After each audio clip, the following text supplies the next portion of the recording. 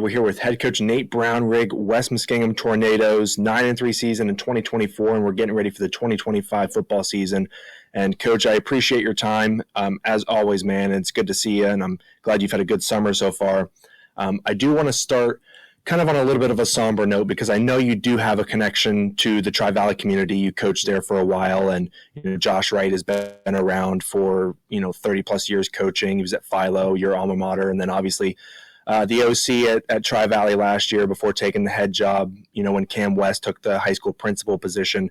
But I mean, what was your reaction to the news of his unexpected and really unfortunate passing? And I guess kind of like how this community and team, moves forward, because obviously it's a really, really sad and unfortunate situation. Yeah. So we were just talking about, the vacation we took there a few weeks ago, and it happened to be, I found out that Saturday morning when we were coming home. So I was in Alabama at like 6:30 in the morning, heading home. And I got a message from Cole Smith, who's now our head basketball coach, but also a Philo guy and on my staff.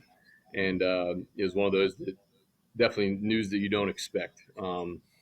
Josh, when I first started my coaching career at Tri-Valley back in 2006, Josh and I were on staff together, and I ate lunch with Josh every day for 2 years, and had a friendly relationship with him for the last 20 years.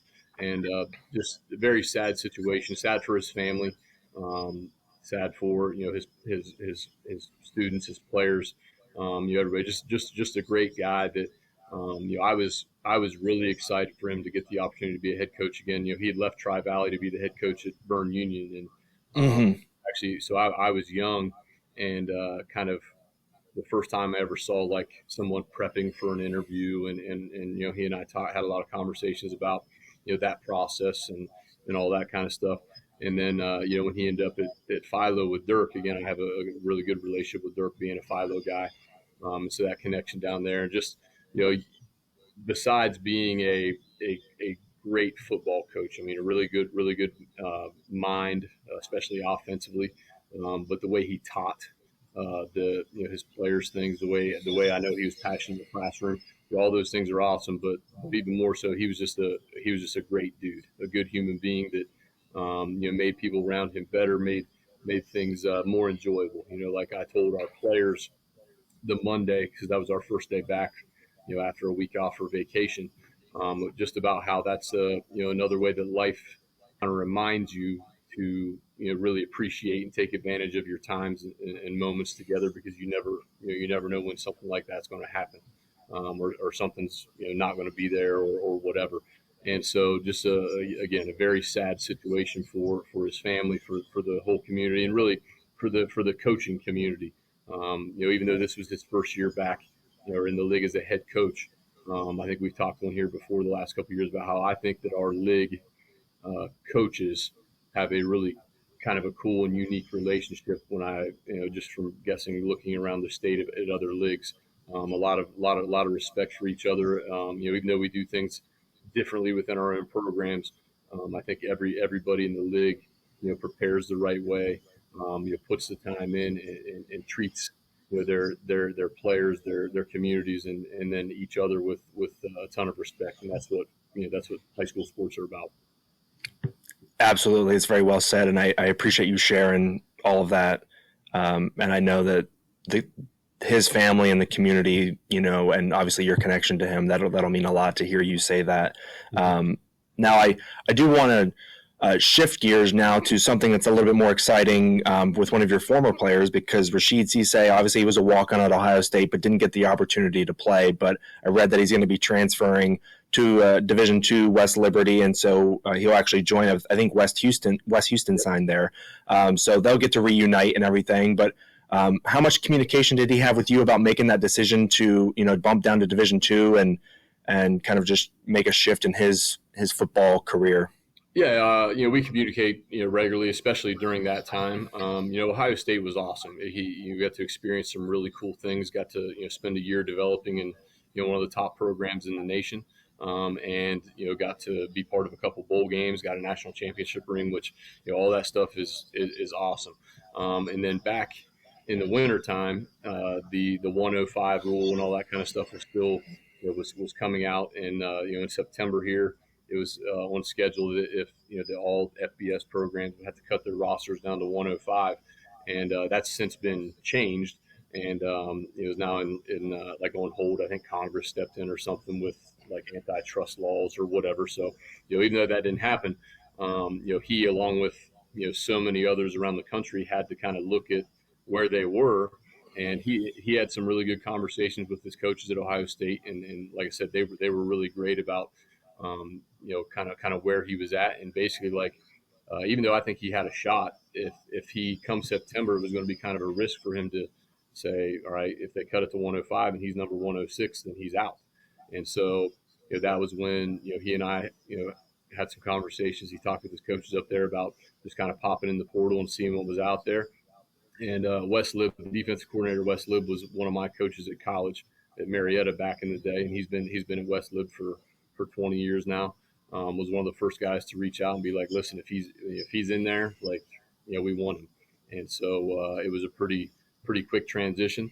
Again, as crazy as it is, kind of like even when Rashid was coming out of high school, like kind of overlooked. And I think that there are some teams that I'm hoping anyway that really regret not jumping on him come this fall. And then so he transferred and moved in up there to be there for spring football. So he was there all spring.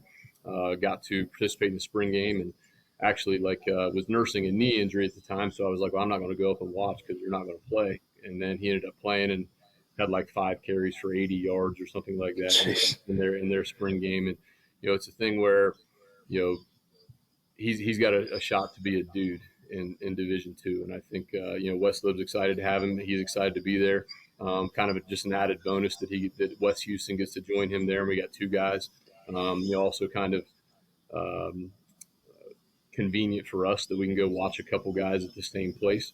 But along with those 2 guys, we had 4 other guys commit to play college football this year. So really excited about going and watching all these guys go. Carter Winland up at Baldwin Wallace, Jake Anton at Ashland, and Connor Hill down at Marietta joining Harley Hopkins, who had an All-American season there last year. So really excited to see these guys and take advantage of the opportunities that the game of football has provided them.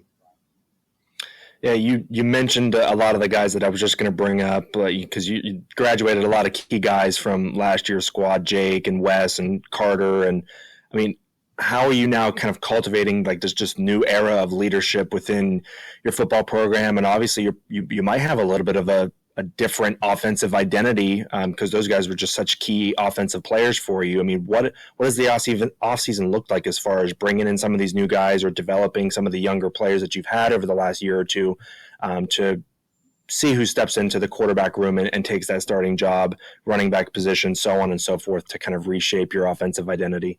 Yeah, when really as soon as the season ended, and even in the past couple of years, like we knew this year was coming. As far as like we're coming off a group of guys, two classes in a row that spent 3-4 years on the football field. With Rashid's class, we had a lot. That was our first group when we first came here to Weston.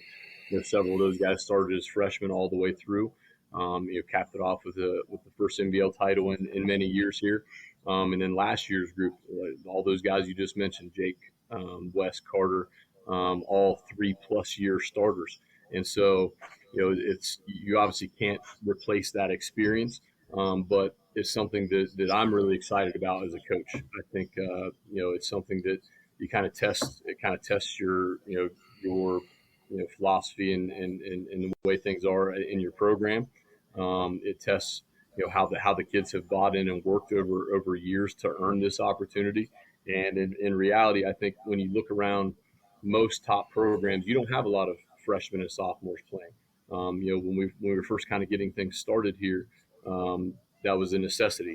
And over the past 5 years, so I think I want to say like year one, we probably had 8 or 10 freshmen letter, but at that time we only had 28 guys on the roster.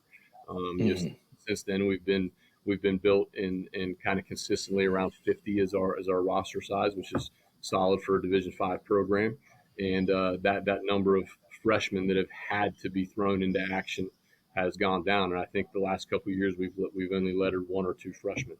And so At the same time, then it really kind of puts an emphasis on our off-season program, weight program that we run year-round between myself and Coach Riley in the school, as well as really emphasize that JV program. In the last couple of years, our JVs have been successful, going 7-2, 6 and whatever the records are.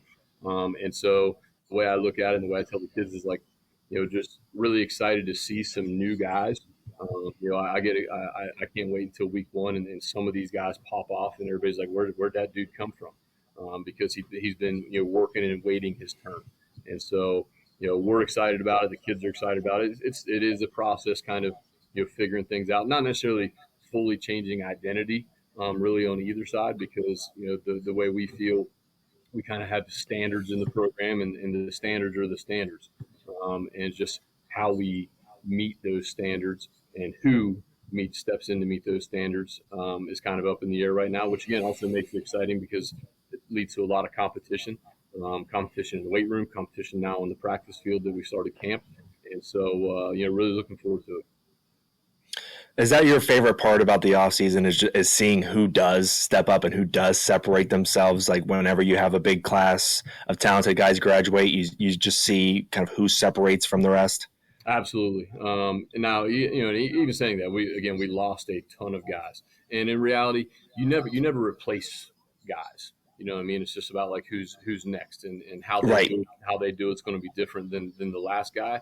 And you don't really want the same all the time. And so, even though we've lost a bunch of those guys over the last couple of years, we still got a lot of really good players and guys that have, some guys that have contributed big the last couple of years as younger guys. But there's going to be a lot of new faces. And again, as a coach, that's something that's really exciting. And then also, as a player, it's something that's really exciting because again, these guys have put in the time, they've put in the effort in the weight room, on the practice field, all that kind of stuff, developing themselves. And they finally get a chance this year to step out and show it on Friday nights. Now we've got, I think, 4, 5, 6 weeks until, week one actually comes around. But what do you have planned over the next, handful of weeks as far as, 7-on-7 scrimmages to really get a true idea of the guys that are separating and who steps into these starting, positions and who's going to play consistently? What's kind of on your schedule, I guess, over the next month? Yeah, so we started our second week of camp this week. We had to adjust a little bit of things today because of the weather, but I think we got some good work in. So we got this week and next week of camp where we're doing basic install, a lot of things that we've actually already had in with previous 7-on-7s and things like that. But just kind of fine tune everything or kind of get everything in, and then the plan is once August 1st gets here to kind of continue to rep those things and get good at what we're going to do. And really, it's kind of been since things started this summer, and it's going to continue. It's kind of an open competition for a lot of spots, especially up front. We're talking about replacing all 5 linemen from last year. Outside of we have Carson Lewis is coming back as a junior, big kid, 6'4", 300-pound tackle that played some last year as a sophomore, but really excited to see him kind of take that next step and be hopefully become a leader for us up front there. But outside of him, we have very, very little experience in the trenches, and that because especially those groups the last 2 years have been filled by juniors and seniors. And then this coming year, we actually have 0 senior offensive linemen. So wow. The other thing that's kind of exciting is that as these guys are raw and need to develop, we have this whole year to develop them, and then they're all back next year. So something that we're really, really excited and looking forward to. And then as far as like 7-on-7s and things go, we're not huge 7-on-7. Don't chase those things around. We've had a couple. Up to this point, we worked with Tri-Valley once early, before vacation. Zanesville, went over to Sheridan and worked with them and a couple other teams. And then we have next week, our last 2 for the summer, we'll work out with Tri-Valley and Zanesville again. And our philosophy is I really like doing those things in kind of a controlled environment with coaching staffs and teams that we kind of know and work well with. Especially those early ones because, we can kind of stop and, I'm cool with Tri-Valley or Zanesville, stopping things and wanting to rewind or kind of, coach things up as we go. And, when you go to the larger ones like the state 7-on-7 and things like that, you don't really have that opportunity. It's more of an actual Sure. competitive environment. So we have those next week, and then our two scrimmages are the same as they've been. With Athens, who took a big step last year, finished 9-1 or 10-0, and made it playoffs, and then Johnstown, who's a perennial playoff team and physical. And again, same thing with those guys. We like the scrimmage teams that we're familiar with and have a lot of respect for. And Coach White down at Athens was one of my college roommates, and Coach Riley is from Johnstown. His brother's the defensive coordinator there, so really excited about working with those guys. And we've talked here for the last couple of weeks about how camp right now, as fluid as the depth chart is, it becomes very fluid once contact and real football comes around. So like right now, it's about knowing where they got to go, where they got to line up their assignments and things like that. But things will change here in 2 weeks when we finally strap it up. And even though this guy knows what he's got to do, if he can't get it done physically, then that's going to open the door for the next guy. So again, just an exciting time. And I don't have the full schedule in front of me, but I know, at least since I've been with Storied Rivals, you always open up the year against Lakewood. I mean, what do you like about that week one matchup year after year? It seems like you have a good relationship with that program and the things that they build there. But what do you like about that matchup, week one? It seems like year after year you line up against them. Is that a good kind of week one test just to see exactly kind of where you are physically, as you start ramping things up? Yeah, especially when we got here, it was kind of hard to say like who our rival was. Now we'd gone through a 10-year run of not very much success, and so it's kind of hard to say you have much of a rival when you never win Right. for a long time. Now I think since then, New Lex has become a really big rival for us. Because the last 4 or 5 years kind of gone back and forth between the two of us in the small school division. Right. But Lakewood, from a geographic standpoint, is 20 minutes down the road, and a really good fit as far as that goes. Now they've gone through some tough times, and some turnover with coaches and things like that, and kind of in a spot where we were 5 years ago coming in, and so. But again, because of that geographic and kind of close, similar communities, it's a game that makes a lot of sense. And again, this year, being home, we're going to open on Thursday. We've done that the last few times at home, so kind of get a jump on being one of the first games in the area, opening up on that Thursday. To maybe get a bigger crowd. I know people that normally wouldn't be able to get a chance to come over, and then it also gives us a chance to start prepping a little bit a day early for week 2, which this year week 2 for us is Fort Fry. So something a little different that we're excited about. A lot of respect for that program down there. They were a little bit down last year compared to years past because I think they went to the regional final like 3 or 4 years in a row, a couple state semifinal appearances. I was fortunate to coach with Coach Huck in the North-South game a few years ago, and so that kind of started the relationship. So something we're really excited about too. Do you like opening up on a Thursday? I know you mentioned you kind of give it an extra day to prep for week 2. Is that kind of the main benefit of starting on a Thursday, or would you rather just play on a Friday? For sure, that's the only thing. I would not want to do it any other week than week 1. Right. And because basically we can take that first week and shift everything to, Sunday becomes our Monday becomes our Tuesday, and all that kind of stuff. And then it does give us that extra day to, we can split up as a staff and go scout some guys that we're going to see in the coming weeks in person. Because even though we get everybody's films from things now, it's a lot different when you go and can actually see guys in person. And so it's a good opportunity to do that. But any other time of the year would not be ideal. A couple of times when I was at Tri Valley, we had to play. I can remember one specifically in 2011. We were really, really good, and had to go play John Glenn on a Thursday because of Muskingum's homecoming or something like that. And that was like week 7. and it throws everything way off. And we went there and didn't play very well, so it was not very fun. But so week one though, it was not a bad thing. Like I said, as far as getting some seats or some people in the seats and a bigger gate on a Thursday is an advantage as an athletic program, and then again, just giving us that opportunity, that extra day on that Friday to go look at some guys and kind of prep for week two is all right. Yeah, cool. Well, Coach, thanks for hopping on for 20 minutes, man. I really appreciate it. It's always good to catch up with you, and I'm really excited for your program for 2025, man. You guys had an awesome year last year, making it to round 3 of the playoffs, and looking forward to it, man, and thanks as always. Absolutely. Thank you.